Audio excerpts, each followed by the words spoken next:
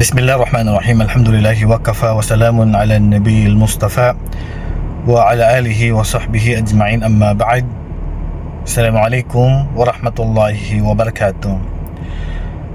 Ngayon ay magbibigay lang tayo ng reaksyon kaugnay po sa mga nangyayari sa pagsusumbong kay Raffy Tulfo in action. Actually, ang payo lang kasi natin dito ay payong kapatid, payo na naayon sa batas ng Islam. Yung mga post ko dyan is pangkalahatan yan, pangkalahatan sa lahat ng Muslim na may problema sa kanilang mga asawa. Ay hindi dapat kay Raffy Tulfo ang pinagsusumbungan. Una, kasi si Raffy Tulfo hindi po siya Muslim. Hindi po siya Muslim para alam niya yung batas, para alamin kung ano ang nararapat sa mag-asawa. Pangalawa, yung kay Raffy Tulfo kasi nakapublic yan.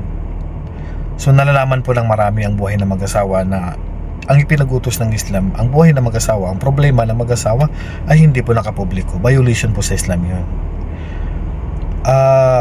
Pangatlo, hindi naman siya Sharia na pwedeng puntahan, at siya yung magbibigay ng hatol dito sa dalawa. So wala akong nakikita na dahilan o mabigat na dahilan na kay Tulfo magsusumbong sa buhay ng mag-asawa. Kasi kung dyan ka magsusumbong kay Tulfo, pangkalahatan po itong payong to, kahihiyan lang po ng mag-asawa yung magaganap at magiging resulta nito. Na ang Allah subhanahu wa ta'ala, sabi na sa Quran, hunna libasul lakum wa antum libasul lahun. Ang inyong mga asawa ay inyong takip, inyong damit. Yung mga kababaihan, inyong damit, kayo mga kalakihan. At ikaw rin na babae, ang asawa mo, ang mister mo, damit mo. Ibig sabihin, nagtatakpan kayo ng kahihiyan. At sinabi rin ng Propeta sallallahu alaihi wasallam, inna asyarran nasi manzilatan yawmal qiyamah al-mar'atu allati tufdi sirra zawjiha aw ar-rajul alladhi yufdi sirra zawjatihi thumma yanshuruha.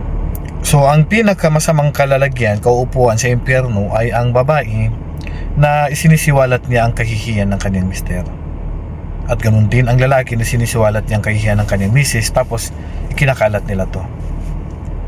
So mahigpit tayong pinagbawalan ng Islam.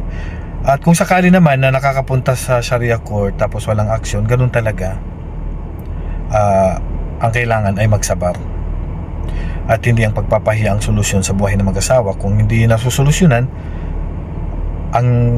at hindi ko maintindihan kung nakapunta sa Sharia court, dapat ang payo ng Sharia court, wala naman at sigurado ako na walang Sharia court na magpapayo sa babae na pumunta sa kay Tulfo. Pagkatapos na pumunta sa Sharia court, wala akong alam na may magsasabi na pupunta kay Tulfo. Ito ay payong kapatid lang po, sa totoo lang. Kasi ang buhay mag-asawa ay hindi po yan pang publiko. Ang buhay nila sa kaswitan nila at sa problema nila ay hindi po ang publiko o social media o kay Tulfo ang solusyon. Palaging Sharia court, palaging payo natin.